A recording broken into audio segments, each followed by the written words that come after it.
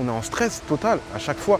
On vit au jour le jour parce qu'on se trouve dans une situation où l'employeur, du fait qu'on n'ait pas un titre valable et durable, il ne peut pas nous prolonger le contrat, nous proposer quelque chose de sérieux. Je travaille, j'ai mes diplômes, j'ai tout ce qu'il faut. Attends jusqu'à quand? On va attendre jusqu'à quand? Ce n'est pas des sans-papiers, non.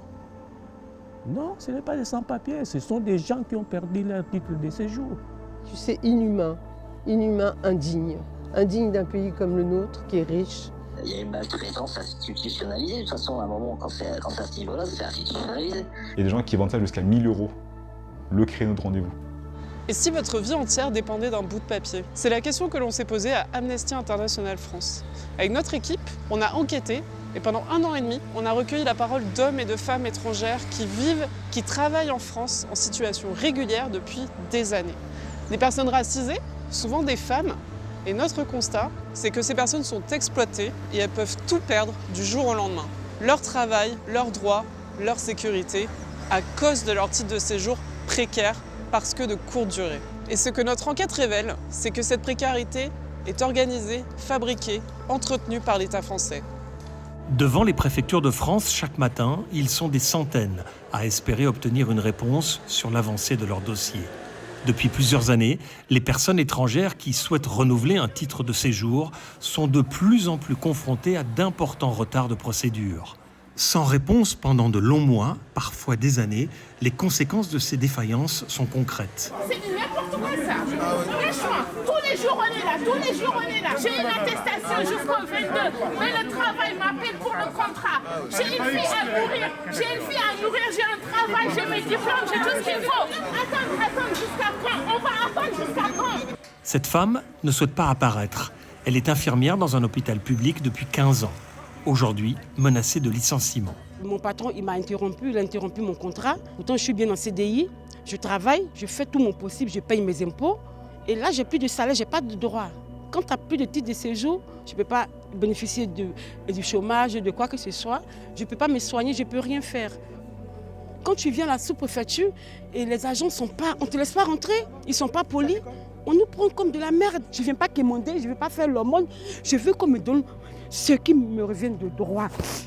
Une attestation, c'est un petit document, donnez-moi ça. Je vais reprendre mon boulot. C'est tout ce que je demande. Au fait, ils tiennent notre vie entre les mains. Vraiment, c'est dur. Chaque vendredi, un collectif d'habitants et d'associations de Saint-Denis tente d'orienter les personnes étrangères. Pour eux, obtenir un rendez-vous ici, c'est l'enjeu de leur vie en fait. Il faut se rendre compte que très vite, les gens ont peur de se retrouver à la rue. C'est abominable comme situation. Moi, j'ai vu beaucoup de femmes avec des petits-enfants attendre ici, ne pas repartir avec l'enfant dans la poussette. On se demande que va manger l'enfant. Enfin, il y a de la maltraitance là pour tout le monde. Vraiment, c'est inadmissible. C'est inhumain, indigne. Indigne d'un pays comme le nôtre qui est riche. J'ai envie de pleurer.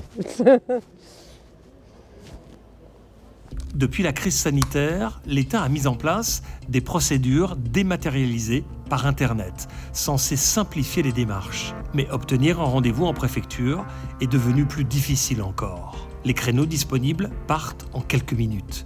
Il est aussi devenu très compliqué de joindre un agent par téléphone. Au sein des préfectures, des employés dénoncent des conditions de travail difficiles, des sous-effectifs. Au téléphone, un chargé d'accueil témoigne sous couvert d'anonymat. Depuis 1 an, on ne peut plus, il n'y a plus personne qui répond. Les agents sont sur messagerie constamment. On est obligé de faire un aveu d'impuissance. La consigne qu'on nous donne, c'est d'éviter d'envoyer des mails. En sachant très bien qu'ils ne répondent pas aux mails. L'immense majorité qui a envie de bien faire leur boulot n'ont pas les moyens de le faire. Avec des logiciels qui sont inadaptés, avec un manque de moyens humains qui est criant. C'est là où ils sont une quinzaine, il faut être 20 à 25 tellement il y a de demandes. Le ministère promet des postes qu'il ne nous donne jamais. Nous, ça nous arrive régulièrement des personnes qui nous appellent en disant mais je vais perdre mon travail. Puis jusqu'au jour où ils nous appellent en disant voilà, maintenant mon travail je l'ai perdu. Qu'est-ce que je fais maintenant? Il y a une maltraitance institutionnalisée. De toute façon, à un moment, quand c'est à ce niveau-là, c'est institutionnalisé. C'est mettre des gens en difficulté alors qu'il n'y a aucune raison. L'agent d'accueil se dit profondément affecté. Son médecin l'a arrêté pendant 1 mois. Je me suis effondré chez le médecin en lui disant voilà ce qui se passe. Les files d'attente dans la rue, les gens qui me hurlent dessus, moi j'essaye de les aider et je peux rien faire. Je n'y arrivais plus, j'avais honte du boulot que je faisais en me disant mais je participe à cette maltraitance et je pense qu'à un moment ça va exploser. Depuis les années 2000, les lois sur le droit de séjour se sont multipliées. Loi Sarkozy, loi Valls, loi Darmanin, circulaire Retailleau, à chaque ministre de l'Intérieur, un nouveau texte complexifiant et durcissant les conditions pour accéder à un titre de séjour. Curtis est arrivé en France de RDC à l'âge de 1 an, mais depuis 2024, il attend toujours le dernier renouvellement de sa carte de séjour. C'est réellement aujourd'hui un labyrinthe administratif, on n'arrive pas à savoir qui est-ce qu'il faut joindre. Quand on en joint, on renvoie vers un autre service, puis ensuite un autre. Moi, l'impression que j'ai, c'est que tout le monde se relance un peu la patate chaude. Avec les délais d'attente et le nombre de personnes qui y est, c'est tellement conséquent. Donc on passe nos vies à la préfecture, on passe nos vies dans l'administration. Et donc là, aujourd'hui, je me retrouve à avoir renouvelé 4 fois un titre d'identité provisoire valable de 6 mois. Donc c'est chaque 6 mois des retours à la préfecture, quand on arrive bien sûr à avoir un rendez-vous. Les conséquences sur la vie professionnelle, elles sont un peu désastreuses parce que là, je sors d'études en 2023 et donc dans un cas, pour tous ceux qui sont dans un cas comme le mien, on sort d'études et là, on ne réussit pas à avoir nos premiers contrats, nos premiers CDI, nos premiers postes en fait réellement stables parce que partout où on se retrouve et on se présente, professionnellement, on se présente comme quelqu'un qui n'est pas en situation régularisée en termes de ses papiers, qui est en situation administrative très délicate. Aujourd'hui, à cause de cette précarité administrative, je me retrouve à avoir raté 4 emplois. Et quand je n'ai pas de boulot, voilà, à chercher à travailler à côté, à rendre des services, donc à se débrouiller complètement. Donc ça empêche clairement un jeune comme moi, de 26 ans, sorti d'études, et de réfléchir à sa vie et de réfléchir à demain en fait. C'est un compte à rebours. C'est un compte à rebours. C'est à chaque fois jusqu'à ce que le titre soit valable. C'est un compte à rebours qui n'est pas possible à vivre. Une course contre la montre qui impacte durement celles et ceux qui occupent des emplois peu qualifiés, pourtant essentiels. BTP, propreté, restauration, où les travailleurs étrangers sont surreprésentés. Christophe, lui, était éboueur en CDI. En 2024, il dépose sa demande de renouvellement bien avant son expiration. Puis, plus rien.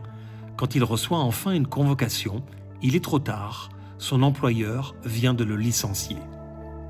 J'ai été licencié le 15, le 20 mai. J'ai reçu la convocation de la préfecture pour aller renouveler le titre de séjour. Elle m'a dit que non, c'est trop tard. J'ai un peu de sentiments dans mon cœur parce que je travaille et j'ai quand même l'ancienneté. Le loyer, je paye presque 650 avec des charges. Mais aujourd'hui, là, j'ai déjà retard de 2 mois. Je ne sais pas si je n'avais pas l'argent, je voulais être dans la rue. Il y a des gens comme moi qui ont perdu le travail, qui ont perdu leur maison, qui ont perdu tout. Donc, je dis que tout. Et ils ont se retrouvés dehors. Ce n'est pas des sans-papiers, non. Non, ce n'est pas des sans-papiers. Ce sont des gens qui ont perdu leur titre de séjour.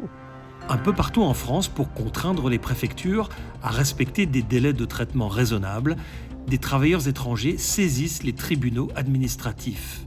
À Montreuil, l'avocate Aurélia Coquillon défend des dizaines de dossiers de personnes victimes de dysfonctionnements structurels. On a un certain nombre de nos clients qui ont toujours vécu en France, qui pour la plupart sont dans des procédures d'ailleurs de naturalisation, qui effectivement ont des CDI, qui ont fait, comme je l'indiquais, des études, qui sont finalement dans un parcours complètement classique et qui n'ont eu aucune difficulté jusqu'à présent pour renouveler en fait leur titre de séjour et qui en fait du jour au lendemain, et ce depuis le Covid, se retrouvent sans papier. Aujourd'hui, les préfectures mettent parfois plus d'1 an, 1 an et demi en fait à statuer sur votre demande. Donc en réalité, peu importe que vous déposiez votre demande 2-4 mois avant l'expiration de vos titres, vous n'aurez jamais de réponse, à de rares exceptions près, de la part de la préfecture au jour de l'expiration de votre titre. Donc vous allez certainement vous trouver en situation irrégulière alors même que vous aurez déposé votre demande de renouvellement dans les temps. Des tribunaux administratifs dans toute la France donnent régulièrement raison aux personnes étrangères face au retard des préfectures. Kamal, né au Bangladesh, est arrivé en France à l'âge de 3 ans. J'ai fait des mails, je suis allé sur place. J'ai voulu suivre la procédure légale qui ne marche pas. Je commence à me demander ce que je peux faire de plus pour pouvoir voilà, avoir un truc qui soit régularisé. Mes collègues de bureau me disent, bah, écoute, si jamais tu n'as vraiment pas le choix, il y a des gens qui vendent des billets en ligne, donc achète un créneau et tu vas à leur place. Il y a des gens qui vendent ça jusqu'à 1 000 € le créneau de rendez-vous. C'est vrai que si c'était 50 €, peut-être que je l'aurais fait. Pour être franc avec vous là-dessus, entre 50 € et perdre 6 mois de boulot, je pense que le choix est vite fait. J'ai pris le temps de réfléchir là-dessus, puis j'ai dit, bah, écoute, non, je ne vais pas payer pour acheter un rendez-vous en ligne, quoi, finalement. J'ai toujours tout bien fait. La France, c'est un pays que j'adore. C'est mon pays. Enfin, même si je ne suis pas né ici, j'ai grandi en France. Je travaille depuis 9 ans, donc je contribue également aux impôts. C'est normal pour moi de faire ça. Et donc, je me dis, je fais tout ce que je dois faire pour être un bon Français. Et à côté, je subis, en fait, une punition parce que je ne suis pas français. Et donc, les premiers mois, j'étais bloqué chez moi. Je ne pouvais absolument rien faire. Et si je sortais dehors et que j'étais contrôlé par des policiers ou autres, je pouvais être au QTF. Il y avait une forme de honte, clairement, parce que le fait de vivre plusieurs mois sans rémunération, plusieurs mois sans avoir un statut social, finalement, on se sent différent, on se sent rabaissé. Et ça, c'est dur à vivre. C'était une vraie dépression. J'ai vécu ça comme une douleur parce que on n'est pas prêt à ça, finalement. Si vous voulez, quand on vit quasiment 30 ans en France, normalement, c'est pas un sujet. Ces histoires ne relèvent pas de l'exception. Elles constituent le quotidien de milliers de travailleuses et travailleurs étrangers en France. Face à ces violations des droits subies par les personnes étrangères, à Amnesty International, notre proposition est simple. Quitte à voter une loi tous les 2 ans, et si on en adoptait une qui soit enfin protectrice, réaliste et pratique pour tous, aussi bien les personnes concernées que les employeurs, que les agents de préfecture.